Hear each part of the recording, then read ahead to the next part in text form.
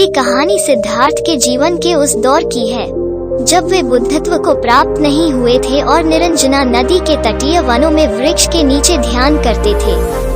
सिद्धार्थ प्रतिदिन ध्यान करने के बाद पास के किसी गांव में चले जाते और भिक्षा मांगकर लौट आते। कुछ दिनों के बाद उन्होंने भिक्षाटन पर जाना बंद कर दिया, क्योंकि एक गांव के प्रधान की छोटी बेटी सुजाता उनके लिए नित्य भोजन लाने लगी। सिद्धार्थ को वो बड़े स्नेह से भोजन कराती थी। कुछ दिनों बाद उसी गांव का एक चरवाहा भी सिद्धार्थ से प्रभावित होकर उनके पास आने लगा।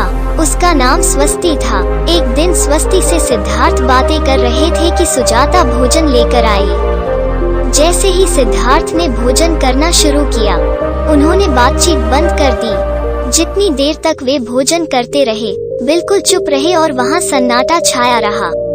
स्वस्ति को हैरानी हुई।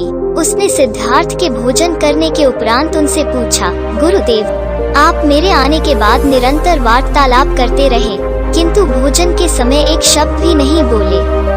इसका क्या कारण है? सिद्धार्थ बोले, भोजन का निर्माण बड़ी कठिनाई से होता है। किसान पहले बीज बोता है, फिर पौधों की रखवाली करता है और तब कहीं जाकर अनाज पैदा होता है। फिर घर की महिलाएं उसे बड़े जतन से खाने योग्य बनाती हैं। इतनी कठिनाई से तैयार भोजन का पूरा आनंद तभी संभव है जब हम पूर्णतः मौन हो। अतः भोजन के दौरान मैं मौन रहकर उसका पूरा स्वाद लेता हूँ। भगवान बुद्ध शांति वैशाली गांव में न केवल शारीरिक भूख विशाल जनसमूह बल्कि मानसिक आनंद और सार्थक ऊर्जा भी दे रहा था।